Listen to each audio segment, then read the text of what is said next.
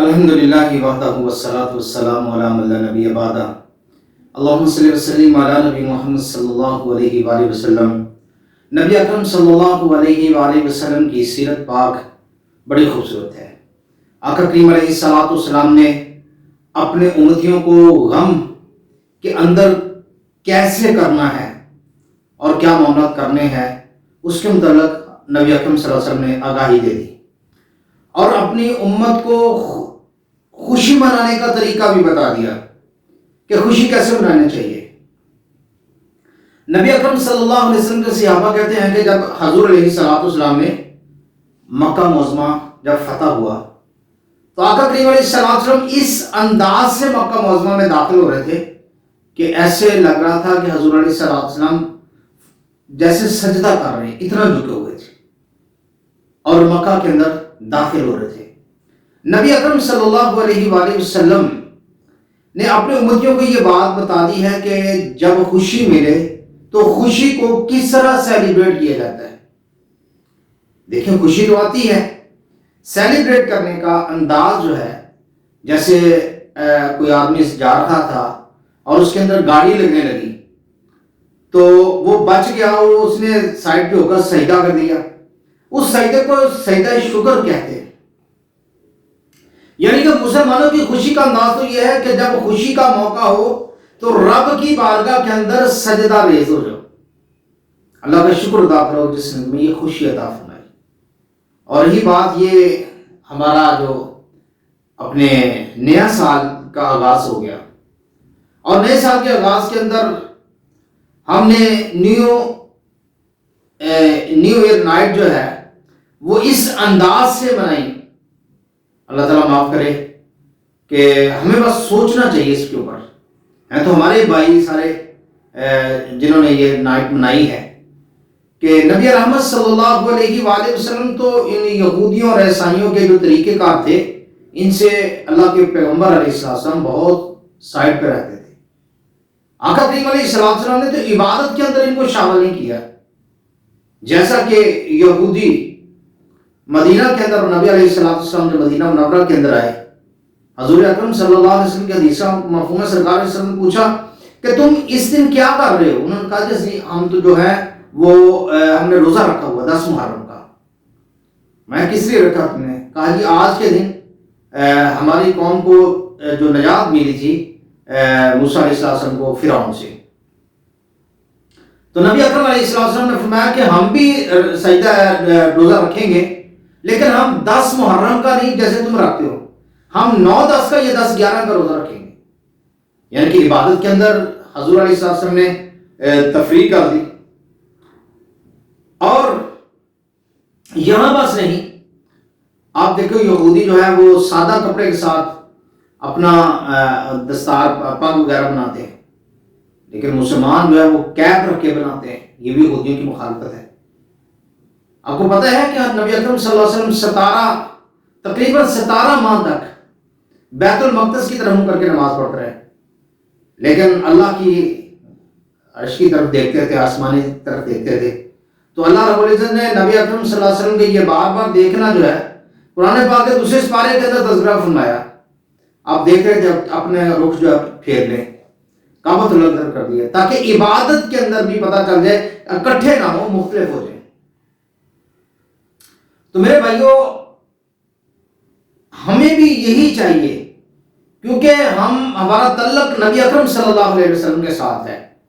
ہم اپنے آپ کو نبی اکرم صلی اللہ علیہ وسلم کے غلام کہتے ہیں، اور جو اپنے آپ کو نبی اکرم صلی اللہ علیہ وسلم کو غلام کہتا ہے اسے چاہیے کہ وہ سوچے ذرا کہ کیا ہم نے طریقہ اس کر لیا ہے۔ میرا نہیں خیال کہ ہمارے موسٹ لوگوں کو یہ یاد ہو کہ آج اسلامی کون سی تاریخ ہے اور اسلامی کون سا مہینہ ہے، اللہ ماشاء اللہ۔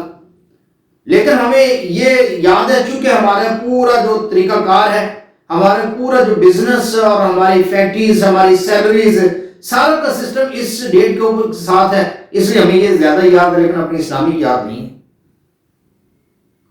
میرے بھائیوں، ہم اگر سوچیں تو یہ سال 2020 جو گزرا ہے غم کا سال گزرا ہے۔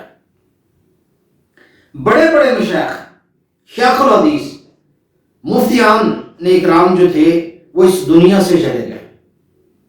اتنے علماء تقریباً 60 کے قریب علماء جن کے تعلق مجھے پتا ہے وہ تمام مکتب فکر سے تعلق رکھنے والے تھے.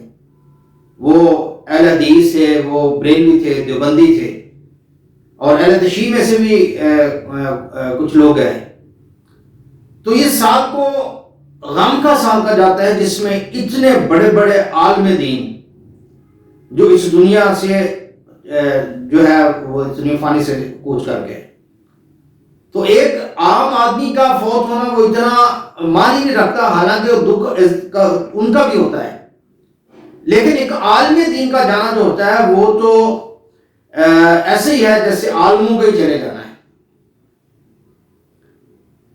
وہ عالم جو لوگوں کو اندھیروں سے اجالوں کی طرف دعوت دیتے تھے، جو اللہ اور اس کے رسول صلی اللہ علیہ وسلم کے مرتبے لوگوں کے سامنے بیان کرتے تھے، لوگوں کو اللہ اور اس کے رسول صلی اللہ علیہ وسلم کے ساتھ جوڑتے تھے، کوئی اپنی تحریر سے، کوئی تقریر سے، اور اتنے شاگرد ان کے، لیکن وہ سب ایک کے بعد ایک کے بعد ایک کے بعد ایک کے بعد ایسے دنیا سے چلے گئے. لیکن ہم نے سال بدل گیا، کیا ہم بھی بدلے اس کے ساتھ؟ وہی صبح ہے، وہی شامیں ہیں.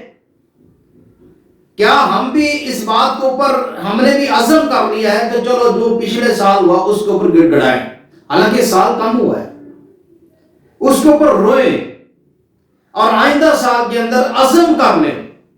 جو نماز نہیں پڑھتا تھا وہ اب نماز پڑھے گا انشاءاللہ، 5 وقت کی نماز پڑھے گا.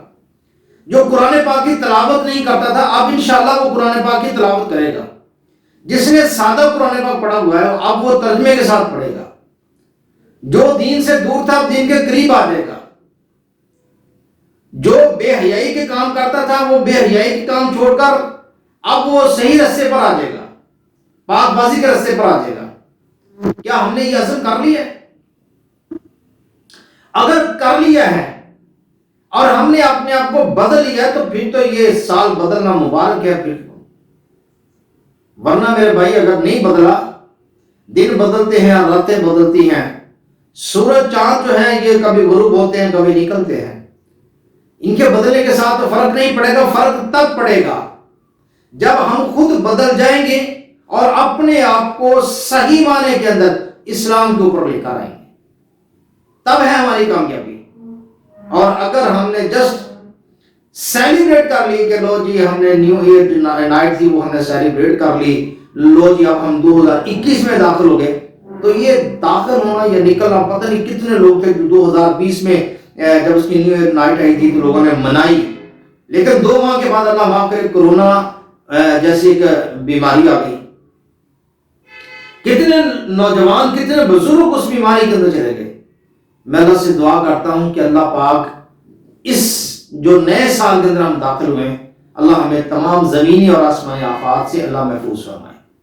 اللہ عالم اسلام کو فتح یابی فرمائے، عالم اسلام کی خیر فرمائے، اللہ پوری کائنات کی خیر فرمائے، بالخصوص عالم اسلام کی. اور اللہ ان آفات سے، ان بیماریوں سے، پریشانیوں سے امت محمد صلی اللہ علیہ وسلم کو محفوظ فرمائے اور بحیثیت انسانیت اللہ سب کو محفوظ فرمائے. میرے بھائیو آپ جہاں کہیں بھی رہتے ہیں بس کوشش کریں کہ اپنے آپ کو بدل دیں، پھر سال بدلنے کا فائدہ ہے. پھر ہم کہیں گے ہاں جی بدل لیا، سال تو کم ہو گیا، ہم تو قبر کے اتنے ہی پاس چلے گئے، 1 سال مزید قریب چل گئے قبر کے. تو بس یہی سوچنا ہے اور یہی میری گزارش ہے. جیسے سال بدلا ہے اللہ کرے کہ ہم بھی بدل جائیں، ہمارا بدلنا جو ہے وہ باعث خیر بن جائے گا اگر ہم دین کے اوپر آ گئے. اور اگر ہم دین کے اوپر نہ آئے تو پھر میرے بھائیوں پھر سوچنے کا مقام ہے. اللہ سے دعا کرتا ہوں اللہ مجھے آپ کو سننے کی توفیق عطا فرمائے. وما علینا الا البلاغ.